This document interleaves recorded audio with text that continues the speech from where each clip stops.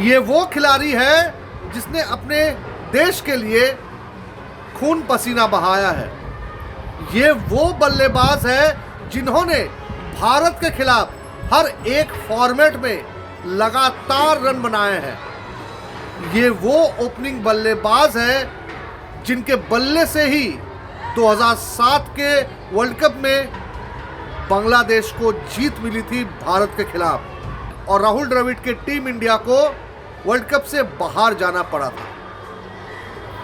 दोस्तों, ये वही तमीम इकबाल है जिन्होंने अपने घर में, विदेश में जहां पर गए, अपने देश का झंडा को ऊंचा रखे, बांग्लादेश के शान बढ़ाए, बांग्लादेश के मान बढ़ाए। और शायद यही उनकी सबसे बड़ी गलती थी। शायद उन्हें ये नहीं करना चाहिए था। देश के लिए इतना सद्भाव, देश के लिए अपना जान निछावर करके इतना परफॉर्मेंस नहीं करना था। अब आप चौंक जाओगे, भाई तमीम इकबाल एक बांग्लादेश के क्रिकेटर है, लेजेंडरी खिलाड़ी है, वो देश के लिए परफॉर्मेंस नहीं करेंगे तो कौन करेंगे? ये तो बड़ी आम सी बात है। लेकिन दोस्तों, जब उसी तमीम इकबाल को भारत का एजेंट कहा जाता है, तब कहीं ना कहीं जाके ये चीज चुभती है। ये चीज इसीलिए चुभती है, सिर्फ तमीम इकबाल एक बांग्लादेशी है इसीलिए नहीं। तमीम इकबाल वर्ल्ड क्रिकेट के बहुत बड़े नाम हैं। तमीम इकबाल एशियन क्रिकेट के बहुत बड़े नाम हैं। और इसीलिए जब उन्हीं के बीसीबी के एक ऑफिशियल उनको इंडिया के एजेंट कहते हैं तो क्रिकेट शर्मसार होती है, वर्ल्ड क्रिकेट शर्मसार होती है। तमीम इकबाल को शर्म भी आना चाहिए। अब माजरा क्या है? मुस्ताफिजुर रहमान को आईपीएल से निकालने के बाद बीसीबी का ये जो दोहरी नीति है और स्पाइनलेस बीसीबी जो बांग्लादेश के इंटरिम गवर्नमेंट के हाथ की कठपुतली बनी हुई है, उसके विरोध किए हैं तमीम इकबाल ने। एक प्रेस कॉन्फ्रेंस करते हैं तमीम और वहां पर वो साफ शब्दों में कहते हैं, कुछ करने से पहले सोचना ज्यादा जरूरी है। क्या गलत कहा उन्होंने? तमीम का यह भी कहना था सबसे पहले बीसीबी को सोचना चाहिए आईसीसी से हमें कितना पैसा मिलता है। दोस्तों, क्या गलत कहा तमीम ने?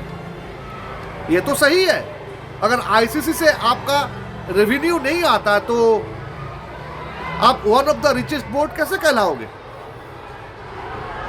लेकिन नहीं, तमीम की ये सच बातें बीसीबी ऑफिशियल्स और बांग्लादेश इंटरिम गवर्नमेंट के ऑफिशियल्स को चुभ रही थी और इसीलिए तमीम को इंडिया की एजेंट बता के उनके खिलाफत की गई। एक बार देख लेते हैं प्रेस कॉन्फ्रेंस में तमीम क्या कहते हैं। ইন্টারেস্টটা দেখে, বাংলাদেশ ক্রিকেটের ইন্টারেস্ট দেখে, বাংলাদেশের ভবিষ্যৎ সবকিছু চিন্তা করে আপনার ওই সিদ্ধান্তটা নিতে হবে। যে কোনো কিছু আপনার ডায়লগের মাধ্যমে যদি সমাধান হয় তাহলে এর চেয়ে ভালো কোনো কিছু নয়। পাবলিকলি যখন আপনি একটা কমেন্ট করে ফেলেন তখন ওটা সঠিক হবে না ভুল হবে, ওখান থেকে আপনি ফিরে আসাটা খুব ডিফিকাল্ট হয়ে যায়। সো পাবলিক কমেন্ট করার আগে আমার কাছে মনে হয় ইন্টারনালি আপনারা নিজেরা ডিসিশন নেন, আপনারা কি করবেন না করবেন। লাস্ট মুহূর্তে যায় আপনি পাবলিক কমেন্ট করেন, হয়তো খুব আর্লি যখন আপনি করে ফেলেন তখন আবার আপনি পিছনে আসতে পারেন না।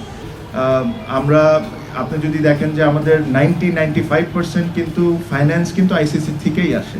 তো সব কিছু আপনি বিবেচনা করে যেটা বাংলাদেশ ক্রিকেটকে হেল্প হবে আপনি এই সিদ্ধান্তটা নিতে হবে। বাংলাদেশের অবস্থান ওয়ার্ল্ড ক্রিকেটে কি, বাংলাদেশের ভবিষ্যৎটা কি হইতে পারে, সব কিছু চিন্তা করে আমার সিদ্ধান্ত আমি নিতাম। আমরা বাংলাদেশ ক্রিকেট বোর্ডকে একটা ইন্ডিপেন্ডেন্ট বডি মনে করি। অবশ্যই গভর্নমেন্ট এটার অনেক বড় পার্ট, আপনার গভর্নমেন্টের সাথে আলোচনা করতে হবে। বাট বাংলাদেশ ক্রিকেট बोर्ड के যখন আমরা इंडिपेंडेंट बॉडी মনে করি তো বাংলাদেশ ক্রিকেট বোর্ডেরও নিজস্ব কিছু একটা ডিসিশন থাকতে হবে। तो दोस्तों, सबटाइटल भी दिया हुआ है क्योंकि बंगाली लैंग्वेज में तमीम ने प्रेस कॉन्फ्रेंस किया। आप हमारे जो एक्स्ट्रा टाइम के सब्सक्राइबर हैं, बहुत सारे नॉर्थ इंडिया या साउथ इंडिया से बिलोंग करते हैं, तो सबटाइटल दिया हुआ है अंग्रेजी में, आप देख सकते हो, पढ़ सकते हो। तमीम ने क्या गलत कहा? वो अपने देश के हित के लिए बात कर रहे हैं। अब बात करना भी चाहिए, क्योंकि देखिए बांग्लादेश इंटरिम गवर्नमेंट की आयु बस 1.5 से 2 महीना है। उसके बाद वहां इलेक्शन होना है और नया सरकार की गठन होगी। वो प्रो इंडियन होगी, प्रो आईसीसी होगी, वो क्रिकेट खेलना चाहेगी नहीं चाहेगी, वो बात की बात है। लेकिन ये गवर्नमेंट तो चली जाएगी, लेकिन क्रिकेट रहेगी, बांग्लादेश क्रिकेट बोर्ड रहेगी, बांग्लादेश को और भी सारे मैचेस खेलना है, आईसीसी भी रहेगी। अगले साल एशिया कप है बांग्लादेश में। 2031 में बांग्लादेश और India jointly world cup host करेगी। तो क्या बांग्लादेश क्रिकेट बोर्ड उनके प्रेसिडेंट अमीनुल इस्लाम बुलबुल को और ज्यादा सलीके से सोचना है, या वो बांग्लादेश क्रिकेट बोर्ड के अधीन में ही रहेंगे?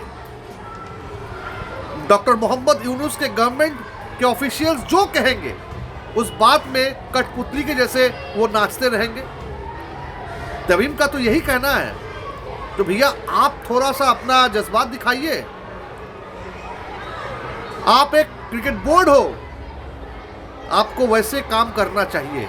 तमीम का तो यही कहना है, सबसे पहले रेवेन्यू का सोचना है। 90 से 99% रेवेन्यू आईसीसी से आती है।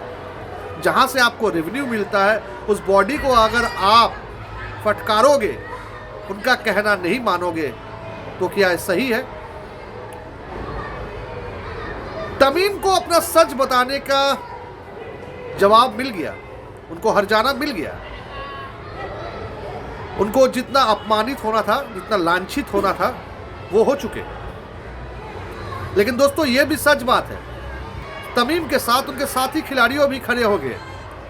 तस्कीन अहमद इस समय के बांग्लादेश टीम के one of the prime pace bowler, Facebook में खुलेआम वो तमीम के समर्थन में नजर आए।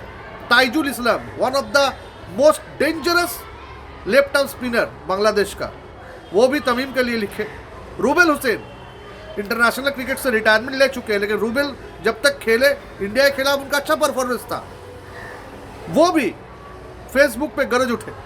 शायद आगे आने वाले दिनों में और भी कई सारे क्रिकेटर्स तमीम के साथ में नजर आएंगे। जो भी हो, लेकिन तमीम के साथ ये जो हुआ, तमीम को जैसे इंडिया के एजेंट बताया गया, ये कहीं ना कहीं जाके बांग्लादेश क्रिकेट बोर्ड के लिए, बांग्लादेश क्रिकेट के लिए और उनके इतिहास के लिए एक अपमानजनक अध्याय बन के रह जाएगा।